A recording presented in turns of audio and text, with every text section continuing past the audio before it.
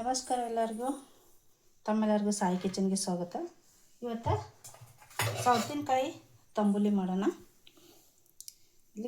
ಮೊದಲಿಗೆ ಸೌತಿನಕಾಯಿ ಕಟ್ ಮಾಡ್ಕೊತೀನಿ ನಾನು. ಸೌತಿನಕಾಯಿ ಕಟ್ ಮಾಡ್ಕೊಳ್ಳೋಣ.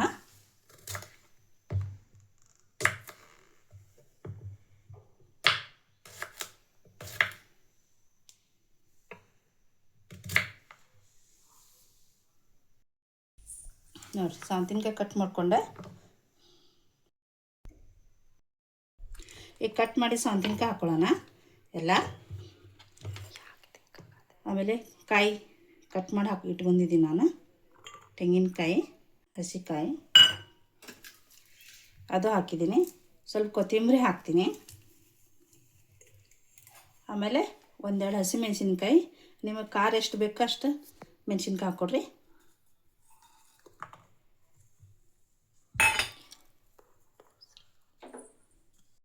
ಸ್ವಲ್ಪ ಜೀರಿಗೆ ಹಾಕ್ತೀನಿ. ಈಗ ಇದು ರುಬ್ಕೊಳ್ಳೋಣ.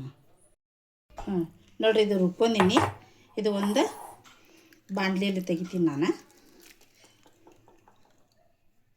ಮತ್ತು ಇದಕ್ಕೆ ಸ್ವಲ್ಪ ಮೊಸರು ಬೇಕಾಗುತ್ತೆ. ಸ್ವಲ್ಪ ಮೊಸರಷ್ಟು ಮಿಕ್ಸರ್ನಲ್ಲಿ ನಾನು ಸ್ವಲ್ಪ ಮಿಕ್ಸಿ ಮಾಡ್ತೀನಿ. ಇದು ನೋಡಿರಿ, ಮೊಸರು ಮಿಕ್ಸ್ ಮಾಡ್ತೀನಿ ಇದರಲ್ಲಿ.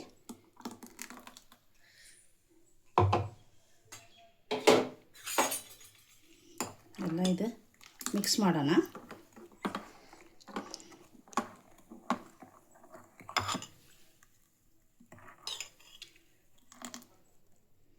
ಈಗ ಇದಕ್ಕೆ ಒಗ್ಗರಣೆ ಹಾಕೋಣ.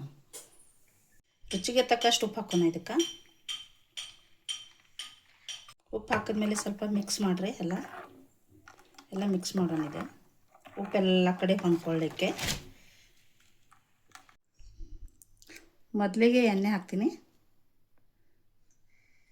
ಒಗ್ಗರಣೆಗೆ ಎಣ್ಣೆ ಕಾಯ್ದ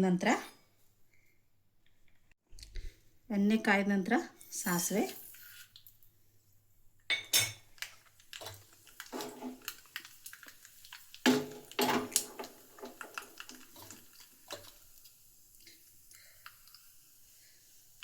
ಕರಿಬೇವು,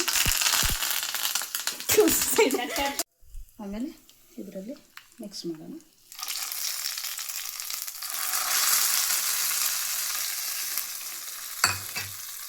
ಗೋಲಿ